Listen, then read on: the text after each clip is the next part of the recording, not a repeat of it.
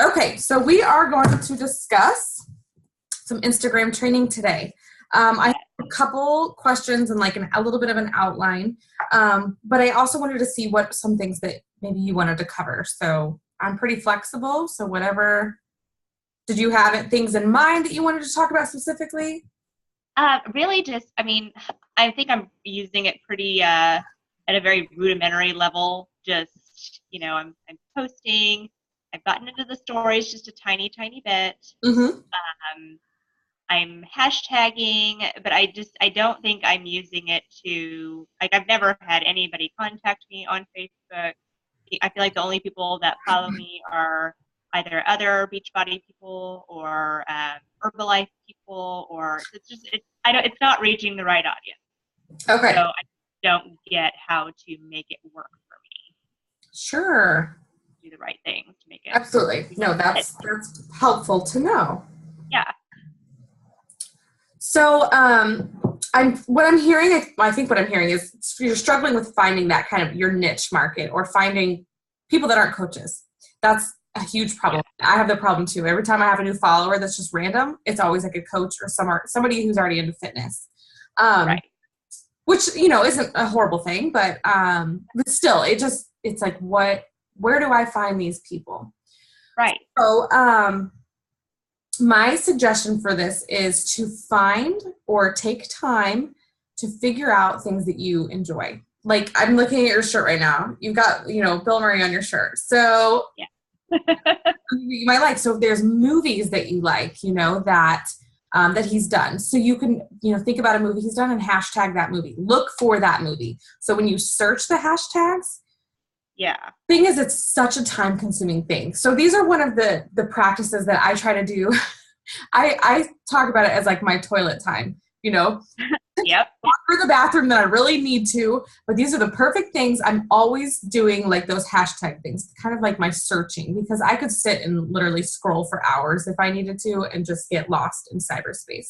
So I structure my toilet time to this particular thing, finding those hashtags that are working for me. So, and I've kind of done this with a few things. Like, I really like Trader Joe's. We don't have one that's local. So I'll try to look for Trader Joe's moms. That was kind of where I started with that. So I'm searching hashtag. There was actually a lot of really good prospects and like some moms and stuff. I'm like, okay, they look like they might be, something that might fit and work with me, work well. I would like to work with them.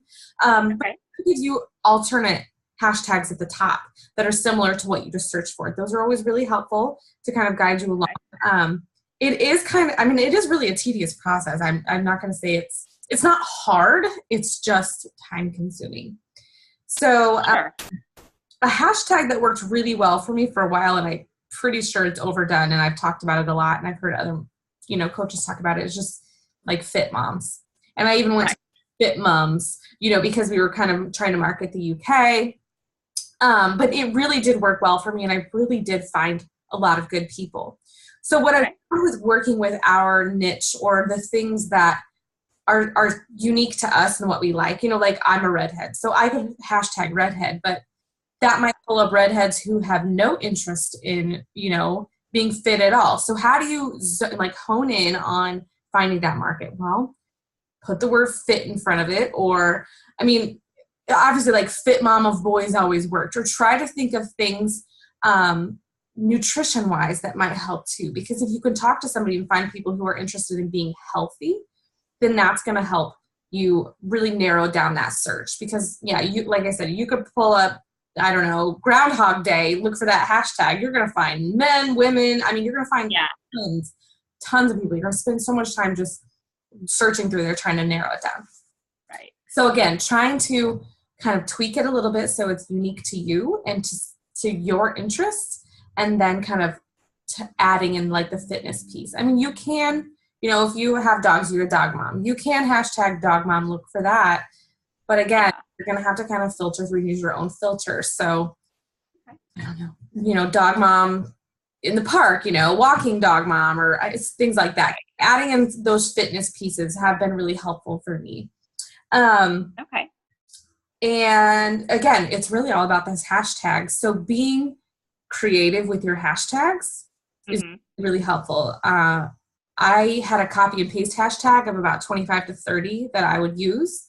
And every Yeah. time I would use it, I would get this very annoying, basically a bot that would, comment on my pictures, which is fine. I mean, whatever. But again, Yeah. it's like there's those ones that are just overused. So I'm sure you've probably heard the margin, try to stay away from hashtags that have over, I think, 10,000 uses or something like that.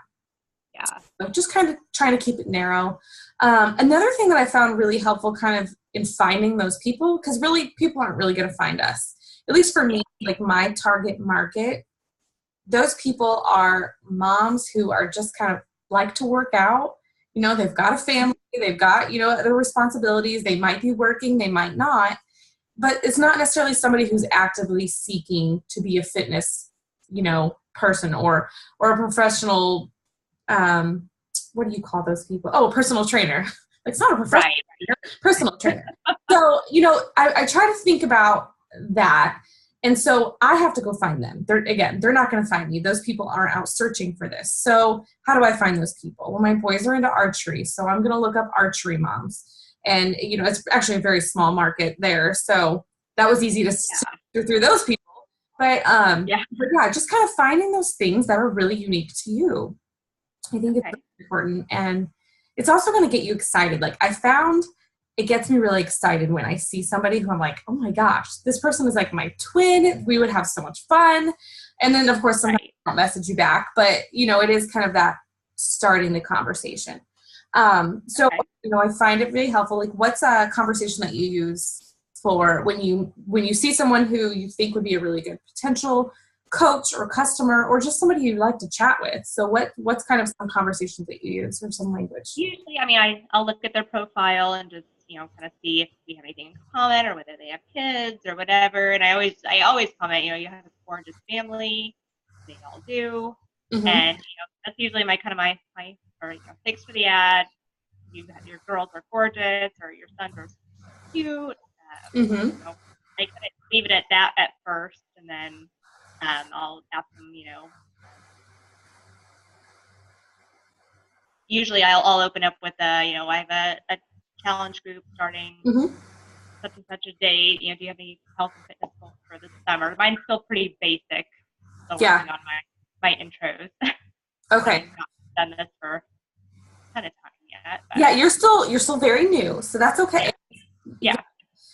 Nothing you're doing is wrong either. So I mean, I try to tell my coaches that I'm like, the only thing when you're doing it wrong, the only way you can do it wrong is just not do it at all. So, so with Instagram, I try to be mindful too of the people who are on Instagram. These are visual people.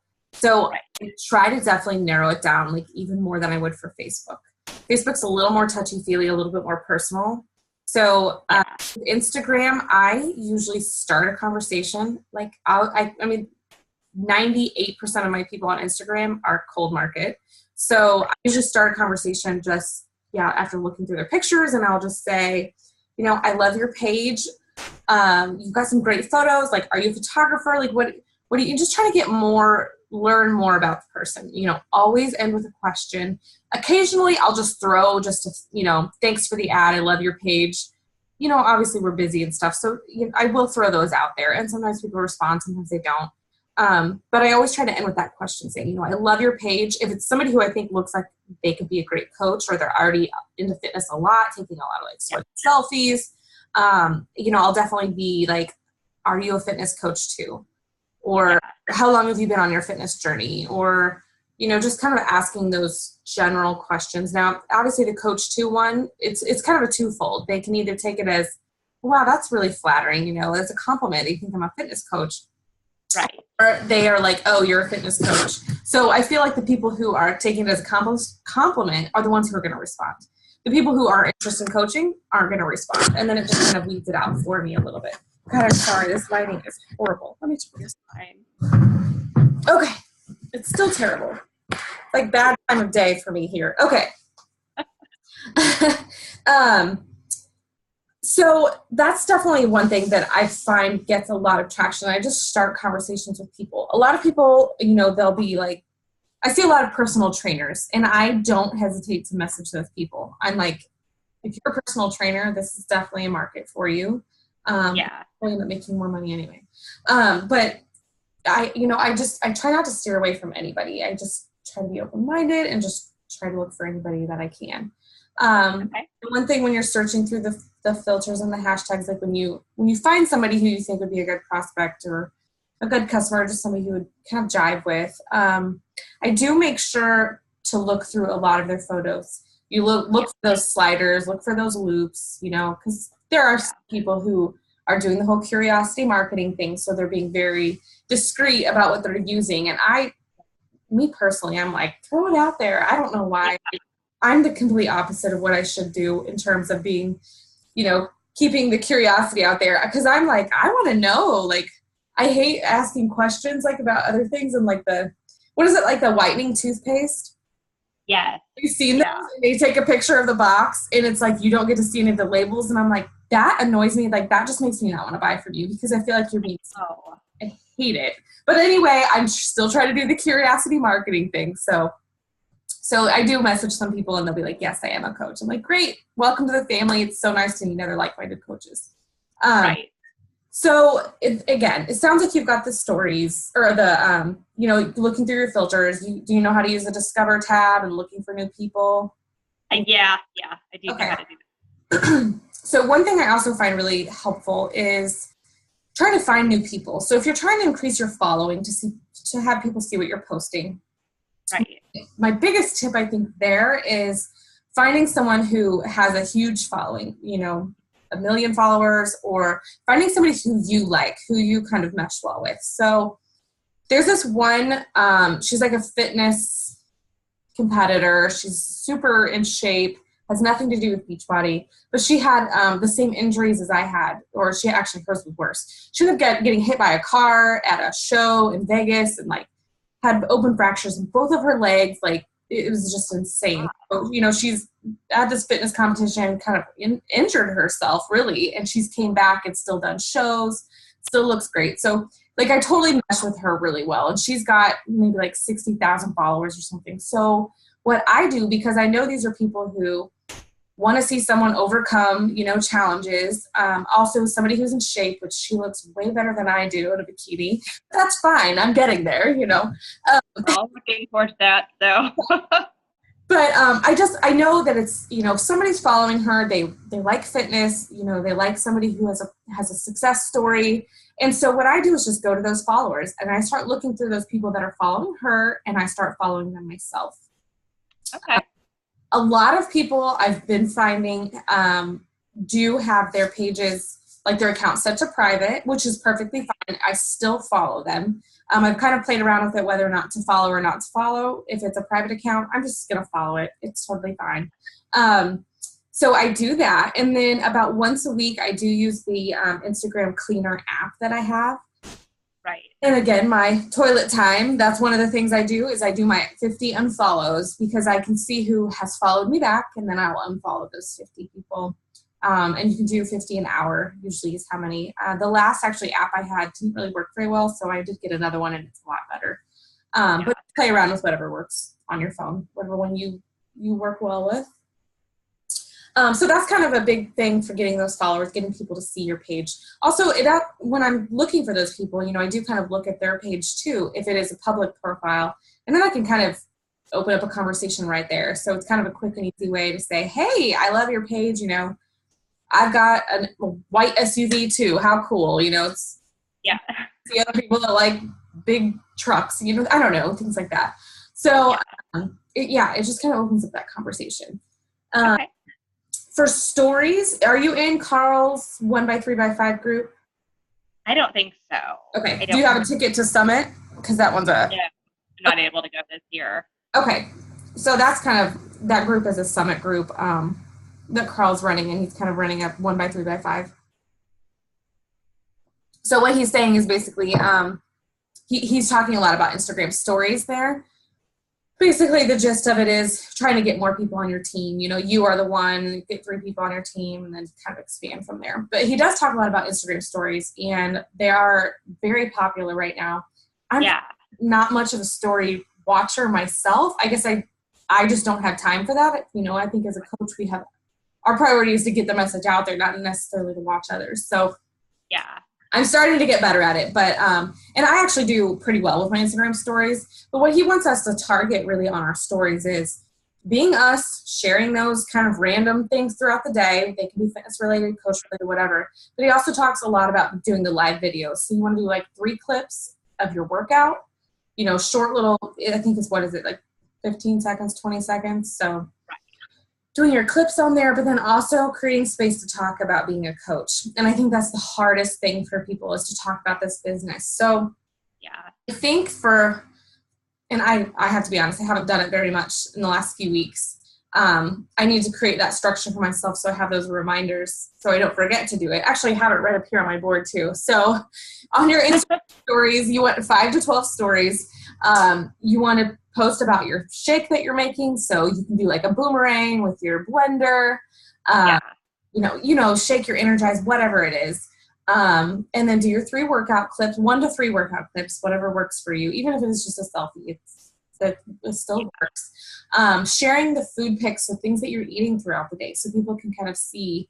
And I try to remember to be simple. I try to get myself in the mindset of, if I was completely new to this, I wouldn't want to see some complicated meal that I can't make in less than 5 minutes. So, you know, simplicity, and again, that's just me, but so I try to not, if I have like a really complicated food pic, I will not post it. I'm just like, I don't want to overwhelm people.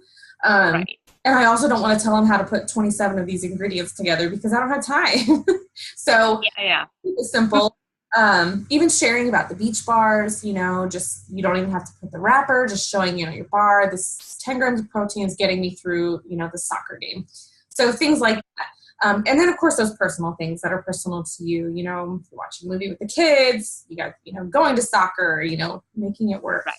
Well, now with the coaching thing, for me, I don't like to see people working all the time either.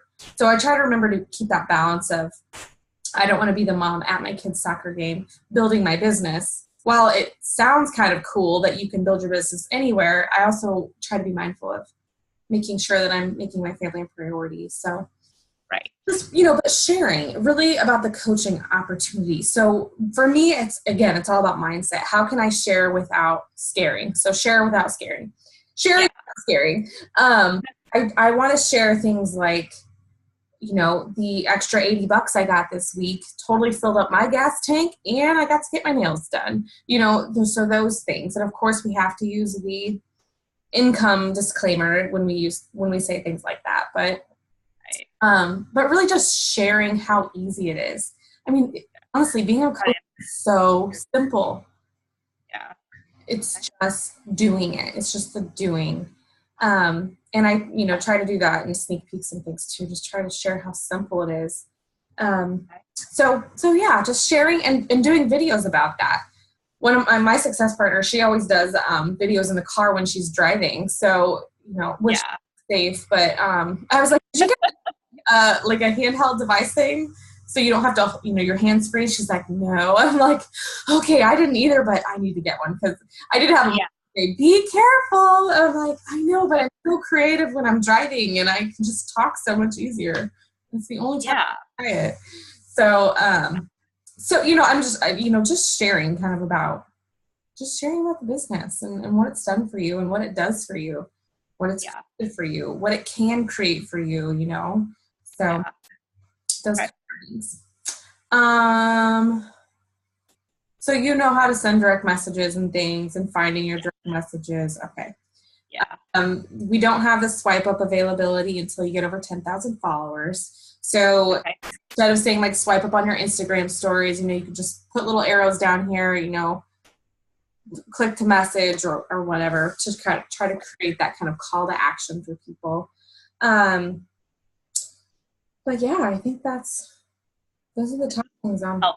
This at least gives me a starting place to Good. try to figure out how to make this more for me. Good. I'm glad it was helpful because you know, I've done this training a couple times. So I'm like, I hope I'm not repeating everything I said every other time.